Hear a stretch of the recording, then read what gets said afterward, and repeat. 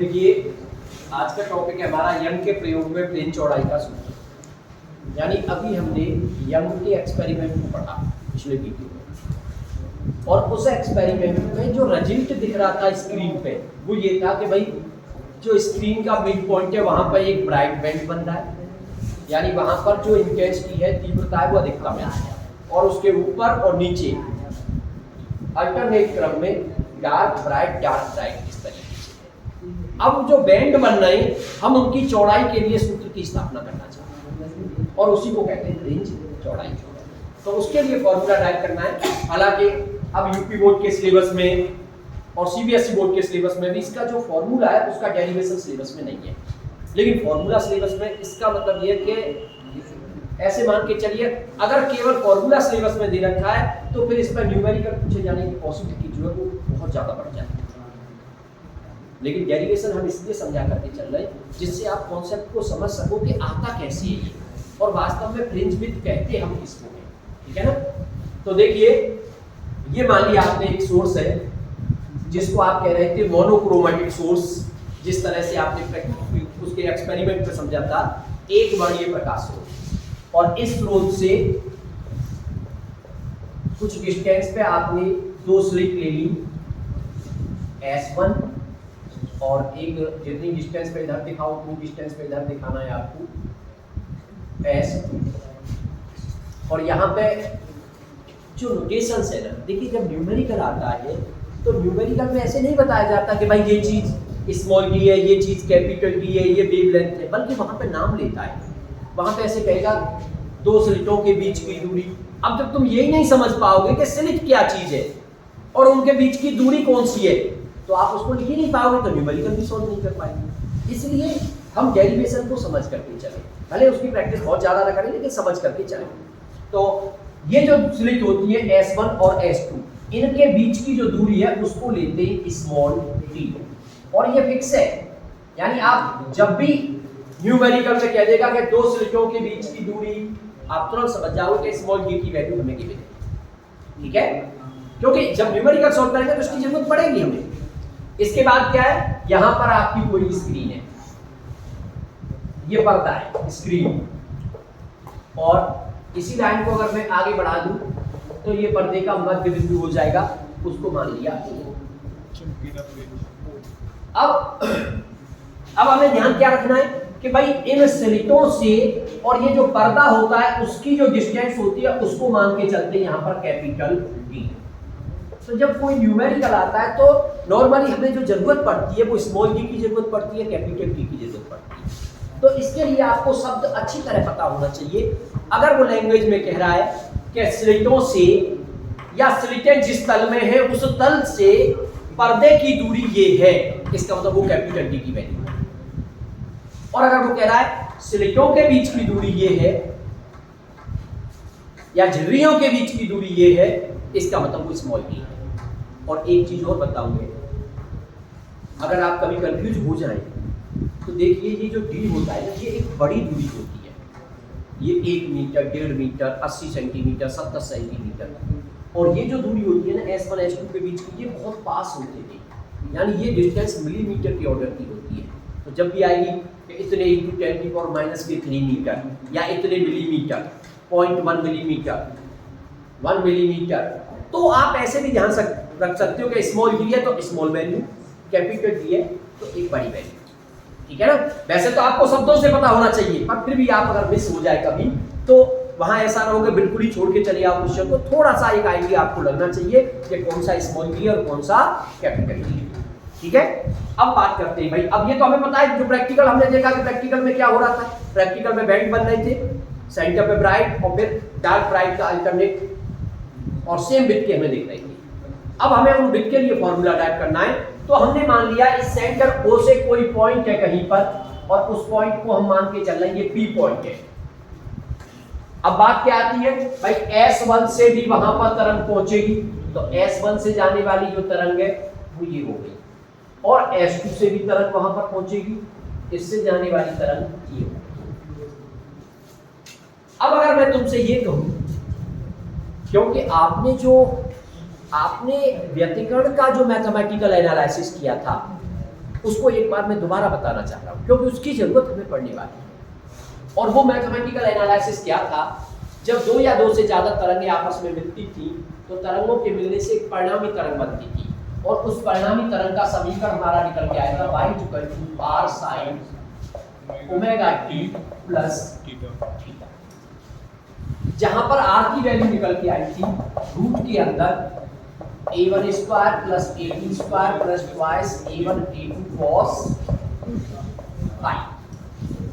यहीं पर ये जो थीटा आया था इसकी वैल्यू tan के टर्म में tan थीटा निकल के आया था आपका a2 sin phi upon a1 plus a2 cos phi.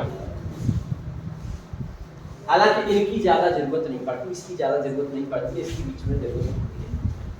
लेकिन मेन बात जो आई थी इंटेंसिटी का फॉर्मूला आया था I का, अगर मैं I1 के टर्म में लिखूं तो I1 plus I2 plus 2 root के अंदर I1 I2 और cos फाई बाहर की तरफ था।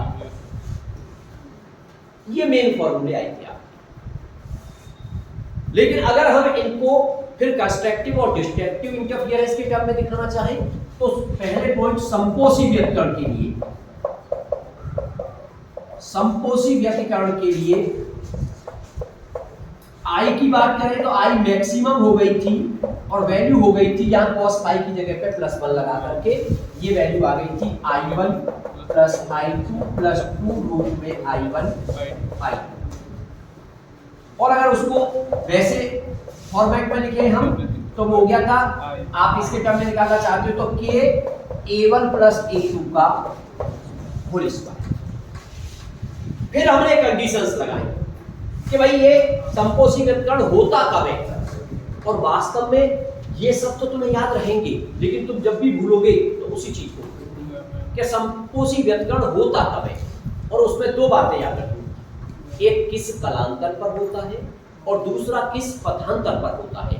तो कलांतर के लिए जब बात आई थी तो फाई की वैल्यू 2n पाई, इस कलांतर के लिए समपोषी व्यतिकरण होता है।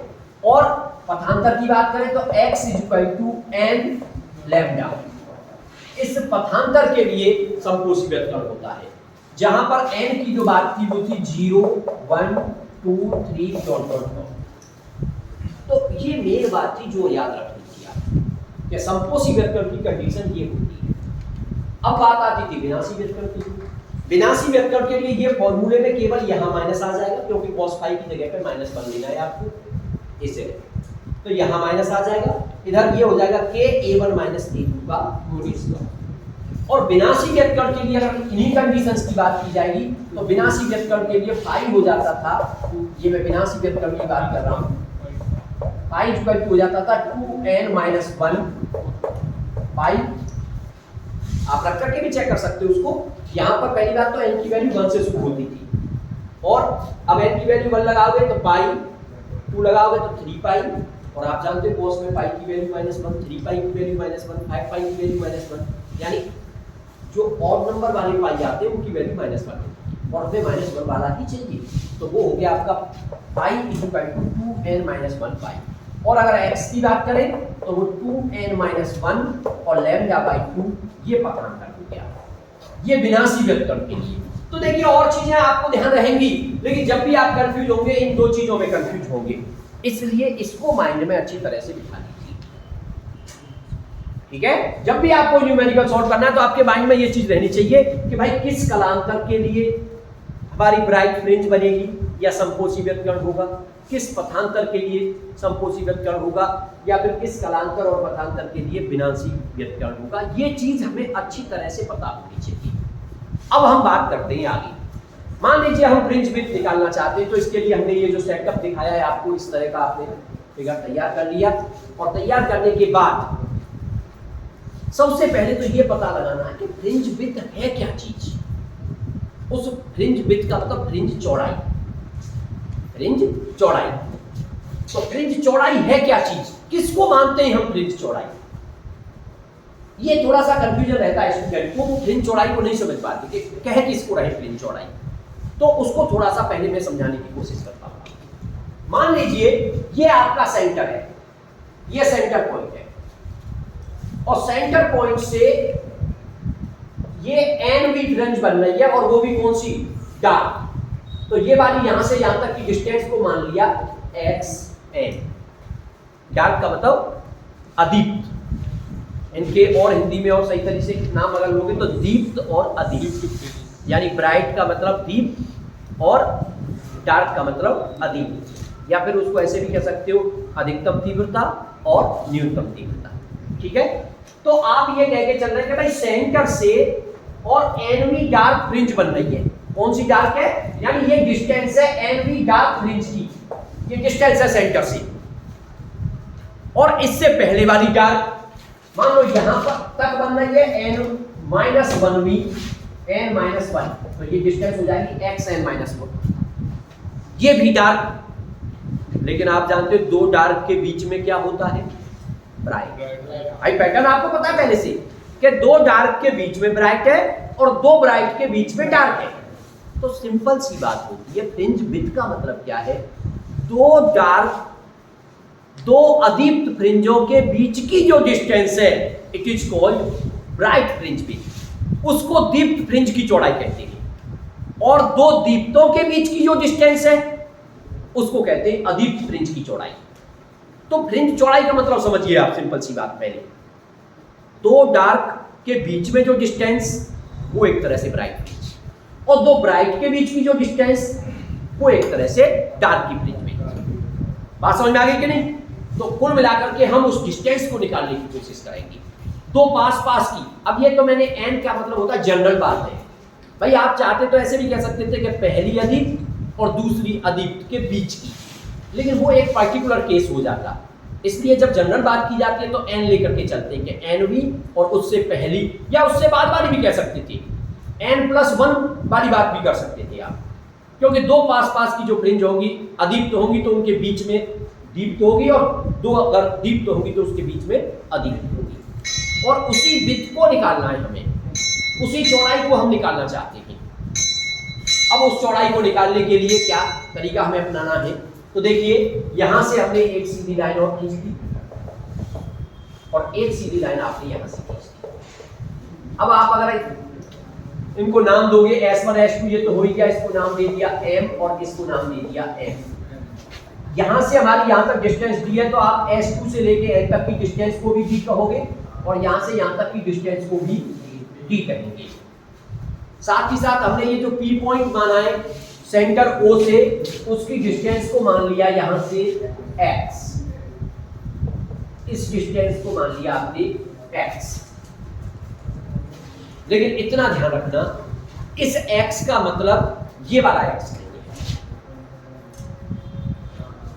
ये X पथांतर है, और वो X हम जो मान रहे हैं वो मान रहे हैं स्क्रीन के मध्य बिंदु से कोई भी जो फ्रिंज बन रही है उसकी। ये X का मतलब यहां पर ये पथांतर होता है इसका मतलब, और पथांतर का मतलब पथों का अंतर। जैसे इस फिगर में मैं तुमसे पूछूं कि पथांतर बताइए, यानी दो वेव्स जा रही है, एक वेव जा रही है S1 से P तक और एक S2 से P तक, तो अगर आप S2P माइनस S1P निकालोगे ये हो जाएगा पथांतर, पथों का अंतर। भाई एक ने तो इतनी डिस्टेंस ट्रेवल की, दूसरे ने इतनी डिस्टेंस ट्रेवल की, तो पथों का जो अंतर आया उसी को हम बोलते हैं पथांतर। बात समझ आ रही नहीं?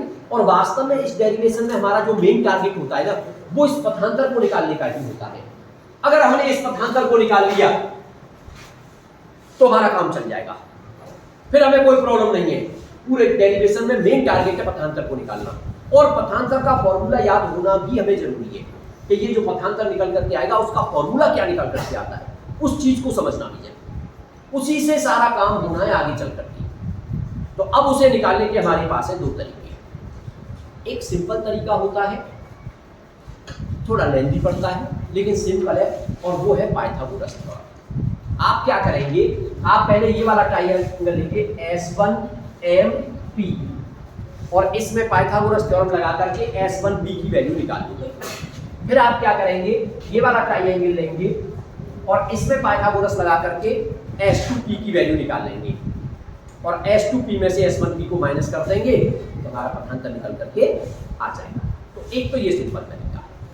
एक तरीका और होता है आप यहाँ से आप एक इसमें परपेंडिकुलर डालें तो जितना ये एंगल होगा उतना ये एंगल है, तो इसी में साइन थीटा और टेन थीटा निकाल करके भी इस चीज को समझा जा सकता है। साइन थीटा और टेन थीटा की वैल्यू निकाल करके भी उस बात को समझ सकते हैं हम। जैसे मान लो आपने यहाँ से एक परपेंडिकुलर लाइन की, तो नॉर्मली कहा क्या जाता है, जैसे दो लाइनें और एक से परपेंडिकुलर डाल दे तो अब आगे वाली तो हो गई बराबर, तो जो पथांतर हो गया वो एक तरह से यहाँ से यहाँ तक वाली डिस्टेंस थी वो ये फालतू डिस्टेंस हो गई, इसमें इतनी जो डिस्टेंस थी ये फालतू हो गई, और जो फालतू हो गई तो पथांतर हो गया।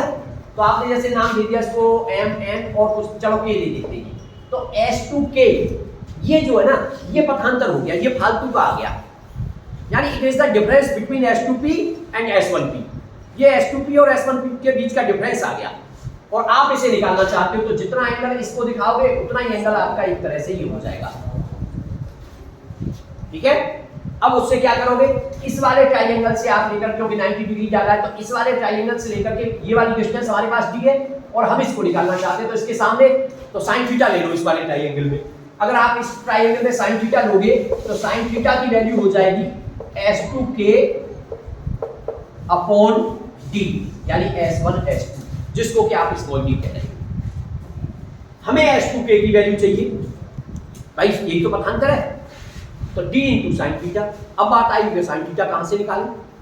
अब साइन थीटा को निकालने के लिए थोड़ा सा आप, अगर आप यहां से एवरेज एंगल के रूप में दिखाओगे तो यहां से भी दिखा सकते हो ऐसे करके बीच में, और वो एंगल जो दिखेगा यहां पे वो एंगल भी आपका थीटा होगा, तो आप उसको टेन थीटा लिख सकते हो। तो आप जब आप इससे ऐसे करके मिला दोगे, इसे ऐसे करके, और यहां से टेन थीटा की वैल्यू इस ट्राइंगल से निकालोगे तो टेन थीटा की वैल्यू कितनी आ जाएगी, tan theta is equal to x upon capital D। ये x अपॉन कैपिटल D आ जाएगा, बीच से मिला करके, यहां से बीच से ऐसे करके मिला रहे हैं हम, और ये वाला एंगल भी आपका क्या हो जाएगा, थीटा। एक्चुअली ये एंगल बहुत छोटे एंगल होते हैं। छोटे क्यों है इस बात को समझने की कोशिश करो। मैंने अभी आपको बताया कि S1 और S2 के बीच की दूरी मिलीमीटर, और मिलीमीटर आप समझ कितना छोटा होता है। इसका मतलब ये बहुत बड़ी चीज नहीं है जो पार्ट डिफरेंस वगैरह निकल करके आ रहा है। और एंगल जब छोटे होते हैं तो एक चीज क्लियर रहती है, एंगल अगर छोटे हैं तो sine theta is equal to tan theta, क्योंकि ये बार बार आई है, ज्योमेट्री में भी आई थी, ऑप्टिक्स में भी आई। देखिए एंगल जब छोटा होता है तो sine theta is equal to भी हम थीटा लिख देते हैं, और tan theta is equal to भी हम थीटा लिख देते हैं। इसका मतलब सीधा हो गया कि एंगल जब छोटा है तो sine theta is equal to tan theta, और फिर आप इन दोनों को बराबर रख सकते हो। तो ऐसे केस में s2k upon d is equal to x upon d, और s2k इज इक्वल टू आ जाएगा xd अपॉन कैपिटल D निकल कर ये निकल के आ गया, और इसी को कहते हैं पथांतर। तो ये जो फॉर्मूला है ना, यानी इसकी जो s2p माइनस s1p की जो वैल्यू निकल करके आई है, ये x small d upon capital D आई है, और यही आपका पथांतर है। अब आपको कुछ ध्यान रहे न रहे, लेकिन ये फॉर्मूला याद रहना चाहिए। और देखिए मिस्टेक कहाँ होती है स्टूडेंट को, ये भी ध्यान रखना, क्योंकि यहाँ पे दो d है, एक स्मॉल d है, एक कैपिटल D है। स्टूडेंट फॉर्मूला तो याद रख पाता है, लेकिन वो ये भूल जाता है कि किसमें कौन सा d ऊपर था और कौन सा d नीचे था। कुछ फॉर्मूले ऐसे आएंगे जिनमें कैपिटल D ऊपर हुआ करेगा, स्मॉल d नीचे हुआ करेगा। कुछ फॉर्मूले ऐसे जिसमें स्मॉल d ऊपर है, कैपिटल D नीचे है। तो अभी तो ठीक है, सब सही चल रहा है, लेकिन जब आप पढ़ करके 10-15 दिन बीत जाएंगे, बाद में तुम्हें कंफ्यूजन पैदा होगा कि यार स्मॉल d ऊपर था कि कैपिटल D ऊपर था। इसलिए चीज़ों को समझने की कोशिश करिए। उसके लिए मेरे पास एक तरीका है आपको समझने का, और वो तरीका सिंपल सा है कि पथांतर। देखिए एक बात बताइए, S1 से S2 तक की जो डिस्टेंस है ये मिलीमीटर के ऑर्डर की है, यानी स्मॉल d मिलीमीटर में है, तो पथांतर बहुत बड़ा आएगा क्या भाई? पथांतर भी बहुत छोटा ही आएगा। और अगर आप इसमें ये लिखने लग जाओ कभी कि कैपिटल D ऊपर आ रहा है, तो कैपिटल D अगर आपने ऊपर ले लिया तब तो पथांतर की वैल्यू बहुत बड़ी हो जाएगी। तो आपको ध्यान रखना है कि पथांतर कब तक बहुत छोटी सी वैल्यू, और छोटी वैल्यू तभी आएगी जब स्मॉल d को आप ऊपर रखोगे। तो एक तरीका इस तरह से आप उसको ध्यान रखने का एक तरीका हो सकता है, खासकर जब डेरिवेशन आपके सिलेबस में है नहीं, डेरिवेशन की रिवीजन तो करोगे नहीं, सीधे फॉर्मूले आपको याद रखने पड़ेंगे। तो ये एक तरीका है, आप ध्यान रख सकते हो। xd अपॉन d को हम कहते हैं पथांतर। क्लियर भाई? अब अब इसके बाद क्या होगा, जब आप पथांतर को, और दूसरा तरीका मैंने बताया था पाइथागोरस लगा करके भी आप इसको निकाल सकते हो, लेकिन अब मैं उसको ज्यादा इसलिए चर्चा नहीं कर रहा हूँ क्योंकि टॉपिक सिलेबस में है नहीं डेरिवेशन, तो फिर उस पर ज्यादा बहस करने से कोई फायदा नहीं। आप ऐसे भी निकालोगे कोई गलती नहीं है, इस तरह से भी 2 लाइन में निकल करके आ जाएगा, पथांतर आपका सॉल्व होकर के आ गया। वो थोड़ा लेंथी पड़ता है, एक बार पाइथागोरस उसमें लगाते हैं, एक बार पाइथागोरस पे उसमें लगाएंगे, तब दोनों को माइनस करेंगे, और वो भी वैसे नहीं सॉल्व होगा, बाइनोमियल थ्योरम लगा करके सॉल्व होगा, क्योंकि पावर हाफ आ जाएगी, और हाफ पावर को सॉल्व करने का हमारे पास कोई तरीका नहीं है द्विपद प्रमेय के अलावा, इसलिए उसको अब हम ज्यादा नहीं लिखते चलते। चलिए खैर, अब थोड़ा सा आगे बढ़ते हैं भाई। अब बात आ रही है कि हमने पथांतर निकाल लिया, अब पी पॉइंट हमें नहीं पता है क्या है, पी पॉइंट पे क्या बन रहा है, हमें ये नहीं पता है कि पी पॉइंट पर दीप्त फ्रिंज बन रही है कि अदीप्त फ्रिंज बन रही है, हमें नहीं पता, वो डिपेंड करेगा पथांतर पर, क्योंकि हम जानते हैं अगर ये पथांतर बराबर हो जाए किसके, एल लैम्डा के, यहाँ x को चलो मैं डेल्टा x लिख देता हूं जिससे तुम्हें कंफ्यूजन न रहे, कहीं आप इस x को वो वाला x ना समझ बैठे, सही है ना, तो इस पथांतर को मैं डेल्टा x लिख देता हूं। कुछ बुकों में पथांतर के लिए ये ट्रायंगल जैसा चिन्ह भी यूज कर लिया गया है, ठीक है। तो अब अगर आप कहें कि पी पॉइंट हमारा कैसा है, दीप्त है, तो दीप्त होगा, लेकिन आप जानते हो दीप्त के लिए तो पथांतर क्या होता है, एल लैम्डा, तो उसी पथांतर को इक्वल टू रख दोगे एल लैम्डा। और अगर आप कह रहे हैं कि पी पॉइंट हमारा अदीप्त है, तो अदीप्त के लिए पथांतर क्या होता है, 2n-1 लैम्डा बाई 2, तो उसी पथांतर को इक्वल रख देना 2n-1 लैम्डा बाई 2, और पूरा का पूरा काम यहीं से होना है अब आप। तो इसलिए ये 3 फॉर्मूले याद रखना बहुत इंपॉर्टेंट हो जाता है कि एक तो ये पथांतर का फॉर्मूला कौन सा आया, और दूसरी बात ये कंडीशन कौन सी थी कि दीप्त के लिए पथांतर क्या होता है और अदीप्त के लिए पथांतर क्या होता है। अब आपने पहले दीप्त की बात की कि दीप्त के लिए क्या होगा, तो दीप्त फ्रिंज के लिए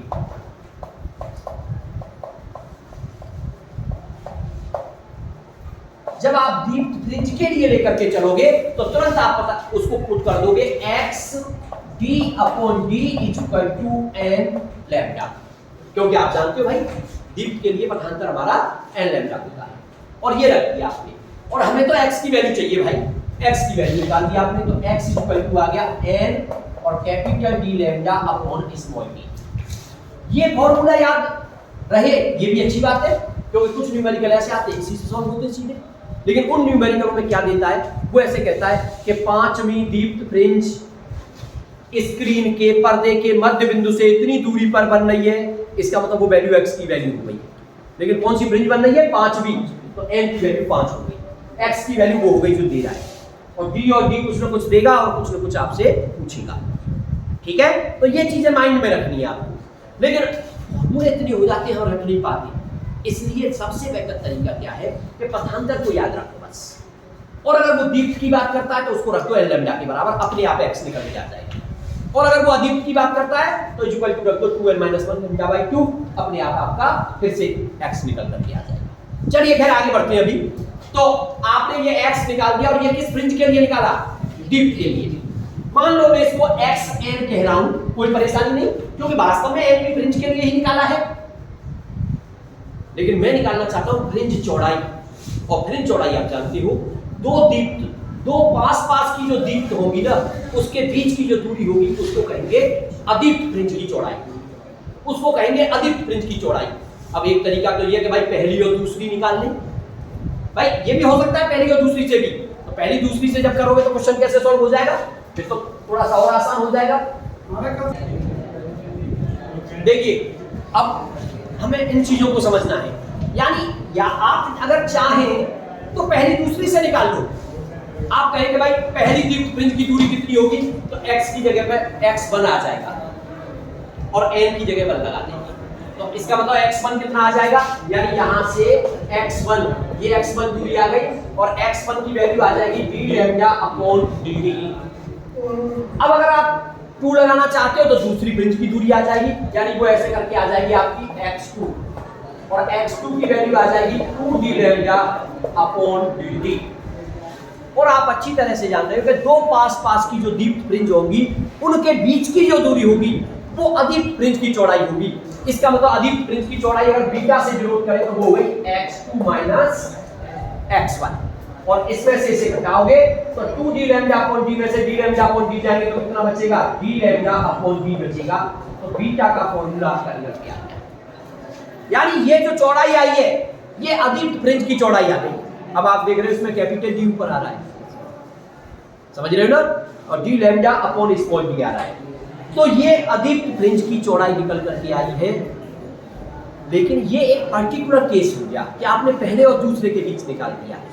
अगर बात जनरल करते ना तो NV और उससे एक पहली वाली n-1 भी फ्रिंज के लिए निकाल करके सॉल्व करिए। तो अगर आप xn की बात करोगे तो xn तो इतना हो गया। अगर फिर आप xn-1 की बात करोगे तो आप n की जगह n-1 लगा दो, n-1 d lambda upon d। अब ये दूरी हो गई, अगर आप स्क्रीन पर दिखाना चाहो इनको तो ये तो हो गई एक तरह से x ज्यादा वाली xn और कम वाली xn-1। अब इनके बीच की दूरी जो होती है उसी को कहते हैं फ्रिंज विड्थ, उसी को कहते हैं फ्रिंज चौड़ाई। लेकिन चूंकि ये दीप्त है तो दीप्तों के बीच में जो चौड़ाई आती है वो अदीप्त की आती है। हम भले जो डिटेल पढ़ रहे हैं वो दीप्त फ्रिंज की पढ़ रहे हैं, लेकिन जो चौड़ाई निकल के आएगी वो किसकी आएगी, अदीप्त की निकल करके आएगी, क्योंकि दो दीप्त के बीच में अदीप्त फ्रिंज बनती है। इसलिए अब अदीप्त फ्रिंज की चौड़ाई निकालोगे तो आप लिख दोगे अदीप्त फ्रिंज की चौड़ाई, अदीप्त फ्रिंज की चौड़ाई। और अदीप्त फ्रिंज की चौड़ाई अगर आप उसको बीटा से डिनोट कर रहे हैं तो वो हो जाएगी xn माइनस xn-1। ये जनरल बात हो जाएगी, वो एक पर्टिकुलर केस हो गया था, हालांकि वैल्यू वही निकल के आनी है। अब आप दोनों की वैल्यू लगाओगे और मैं एक काम करेंगे, जब वैल्यू लगा के साथ कॉमन लो ले रहा हूं तो देखिए d लैम्डा अपॉन d दोनों में कॉमन आ जाएगा। तो यहां पर हम बीटा इक्वल टू निकालेंगे तो d lambda upon d common ले लिया, इसमें से n बचा और माइनस करके इसमें से n-1, तो माइनस n और प्लस 1, n से n cancel out, beta equal to d lambda upon d। इस तरह से आपने अदीप्त फ्रिंज की चौड़ाई निकाल दी, यानी दीप्त फ्रिंजों की तो दूरी बढ़ी और चौड़ाई निकल के आ गई अदीप्त फ्रिंज की। इतना काम आपका हो गया। बिल्कुल सेम तरीके से हमें प्रोसेस को रिपीट करना है, लेकिन अब की बार हमें अदीप्त फ्रिंज के लिए पढ़ना है। जैसे हमने स्टडी की थी दीप्त फ्रिंज के लिए, ऐसे ही अब हम बात करेंगे अदीप्त फ्रिंज के लिए। जब आप अदीप्त फ्रिंज की बात करोगे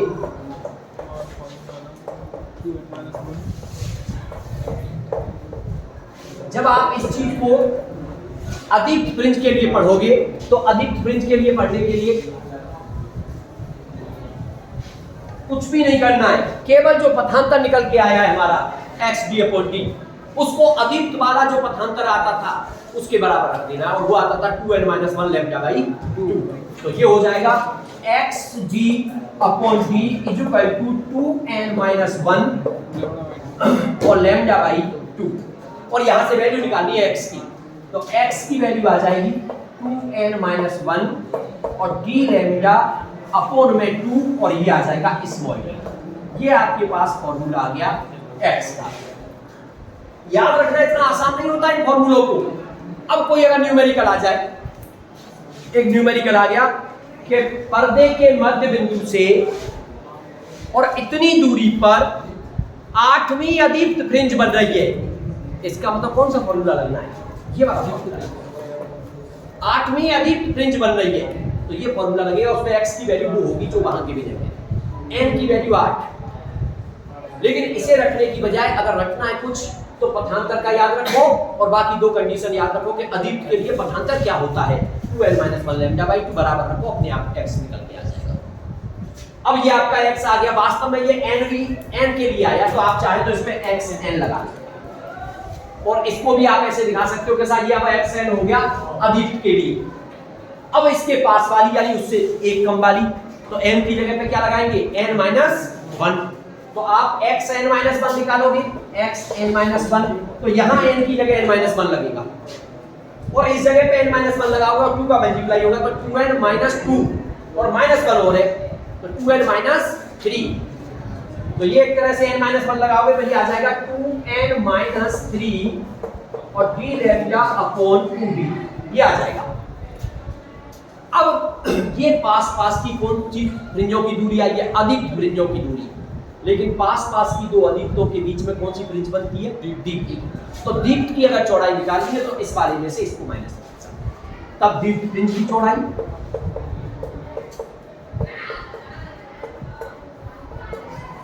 दीप्त फ्रिंज की चौड़ाई आप निकालेंगे। मान लीजिए आपने उसको बीटा गैस मान लिया, तो बीटा गैस मानेंगे, इसमें से इसे घटा देंगे, जो चीज कॉमन लग रही है उसको पहले कॉमन ले लेते हैं, डी लैम्डा अपॉन 2d और डी लैम्डा अपॉन 2d।